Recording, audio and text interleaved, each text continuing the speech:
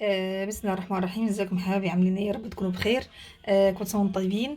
طبعا انا عملت معاكم الفيديو اللي فات المبسوس او الكحك الناعم.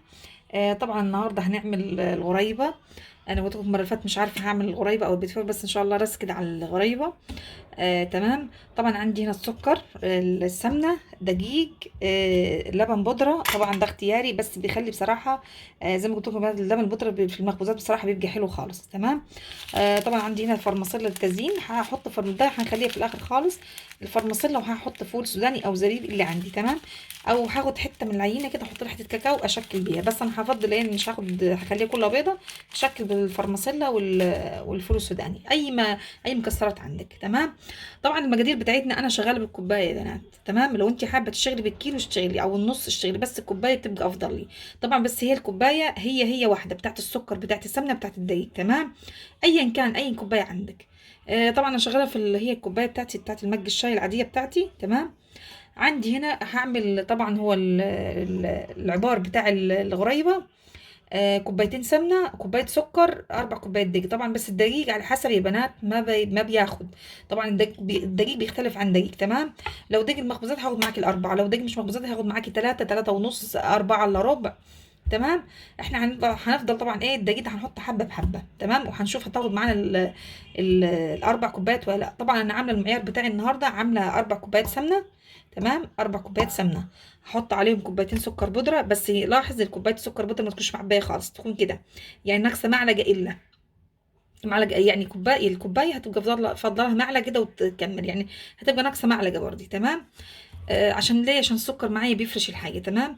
طبعا ده انا طحناه ومغربلاه. اهم حاجه تغربليه، طبعا تنخليه في المنخل بتاعك بتاع الدقيق اللي انت بتغربليه. عرفنا خلاص المعايير بتاعتنا.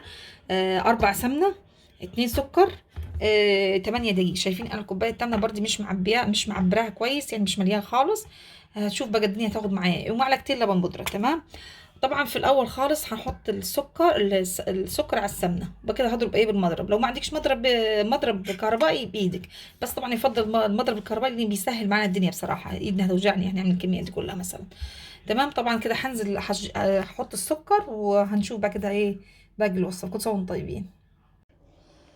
طبعا عندي هنا يا بنات السكر زي ما قلت لكم ما تكونش معبايه خالص، كوبايه السكر. طبعا هنزل عليها هنا بالسمنه. بسم الله، ادي كوبايه. طبعا هعبر التانية.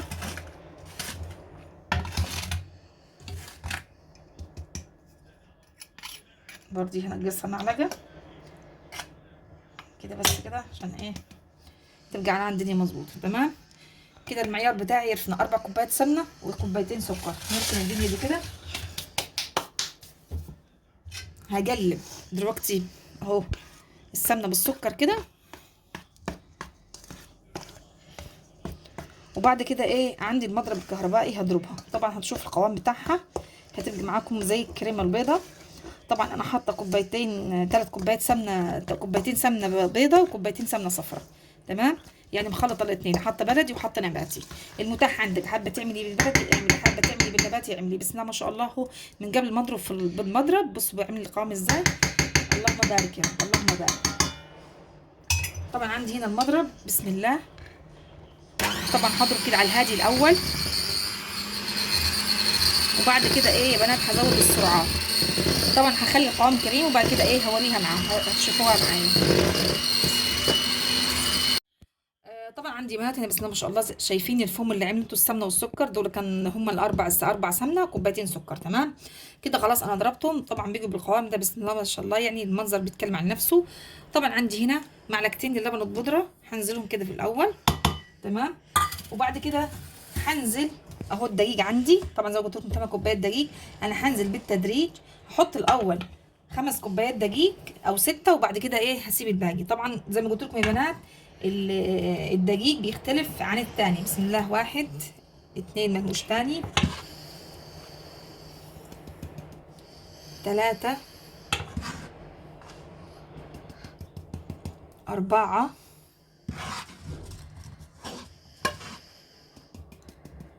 5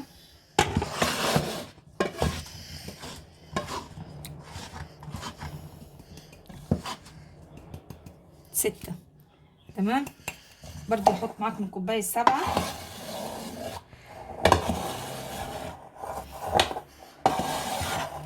وهتفضل معايا ايه كوبايه سمنه. تمام.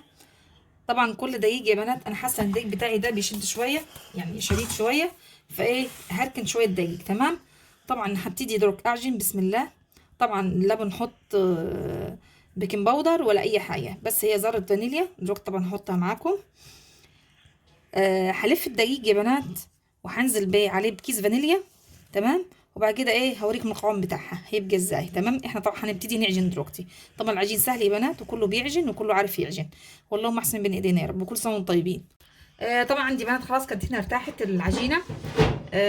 طبعا مش بريحها خالص كده يا دوب، بس عبال ما تشوف الصواني بتاعتك وتلف حواليك كده تلاقي الدنيا ايه تظبط معاكي اهي. مش بدوس عليها طبعا يا بنات، باجي حاطه هنا ايه في الصينيه، مش بدهن الصينيه لان هي اصلا سمنه. معلومه يا بنات، لما تيجي نعمل كحك مبسوس او بيتي فور او غرايبه مش بندهن الصواني خالص، هو بسكوت بس اللي بندهن الصواني. ليه؟ لان اصلا بيبقى معجون بالسمنه فمش محتاج اصلا دهن الصواني.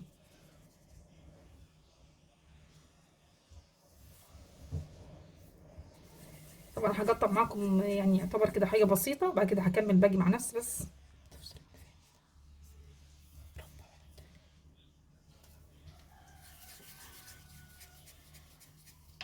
طبعا انا بخليها عاليه كده لان مش بدوسها دلوقتي، بدوس عليها لما اجي احط الزينه بتاعتها او المكسرات بتاعتها.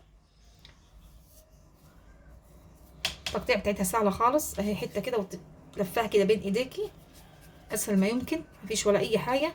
طبعا اللي مصبع ولا معلمه في ايدينا بسم الله ما شاء الله الميزان والعيار المظبوط بتاعها. طبعا هكمل باقي التقطيع كده وهنشوفها ان شاء الله باذن الله.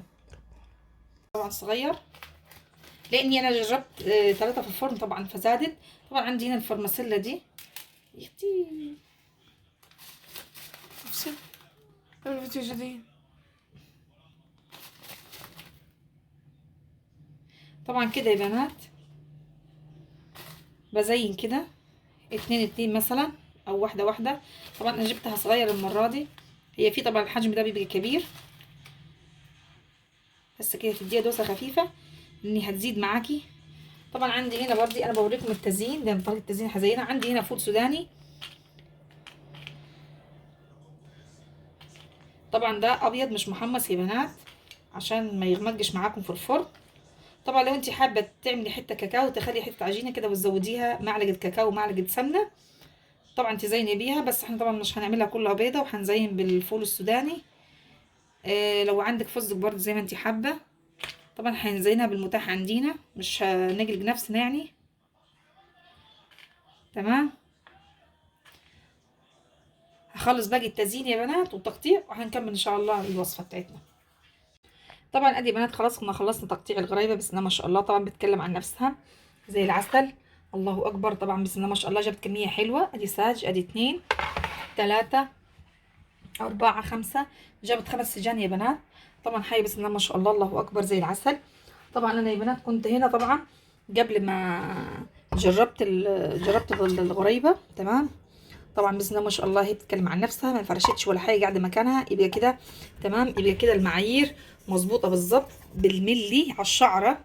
4 كوبايات سمنه، يوم كوبايتين سكر. طبعا الكوبايه ناقصه معلقه، و4 كوبايات دقيق زي ما تشوفوا يا بنات. زي ما قلت لكم يا بنات الدقيق اهم حاجه الدقيق يا بنات تنقص منه شويه. لو احتاجت كنبه ما احتاجتش خلاص. طبعا انا المعيار بتاعي زي ما هو حطيته وجربته في الفرن. طبعا بسم الله ما شاء الله يعني ما احتاجتش ولا اي حاجه، وناعمه وهشه وزي العسل.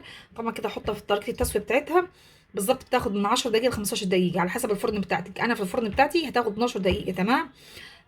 طبعا كده هشغل الفرن كده على وههديها شويه، هسخنها وبعد كده ههديها واحطها. طبعا اكتر من 10 دقائق اكتر من 12 دقيقه ما تخليهاش. تمام. زي ما قلت لك التسويه بتاعتها من 10 دقائق ل 15 دقيقه مش اكتر من كده. المبسوس معروف تلت ساعه، هي والبيتي فور طريقه التسويه بتاعتهم واحده، والصابليه من 10 دقائق لربع ساعه. طبعا كل واحد على حسب الفرن بتاعته. كل سنه وانتم طيبين والله ما احسن بايدينا. طبعا كده هولع الفرن وهنشوفها ان شاء الله بعد ما تستوي. طبعا ما خلاص خلصت الغريبه بتاعتي بسم الله ما شاء الله يعني. طبعا زي ما قلت لكم طريقه التسويه يا بنات 12 دقيقه، انا خليتها بالظبط 12 دقيقه في الفرن عندي. طبعا جابت كميه بسم الله ما شاء الله اللهم بارك، طبعا زي العسل شايفين منظرها. طبعا كنت رصيتها في العلبه بتاعتها كده. طبعا قلت لكم يا بنات اهم حاجه تراعوا كميه الدقيق، اهم حاجه في النوع نوعيه الدقيق، اهم حاجه نوعيه الدقيق مش السمنه ولا السكر.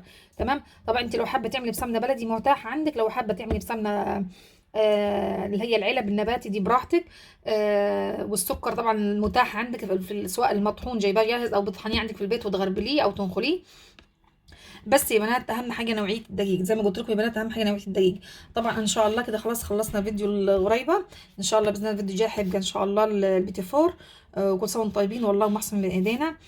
لو جربت الطريقه دي بنات هتعجبكم خالص. وبرضه يا بنات بنبه بقول اهم حاجه نوعيه الدقيق.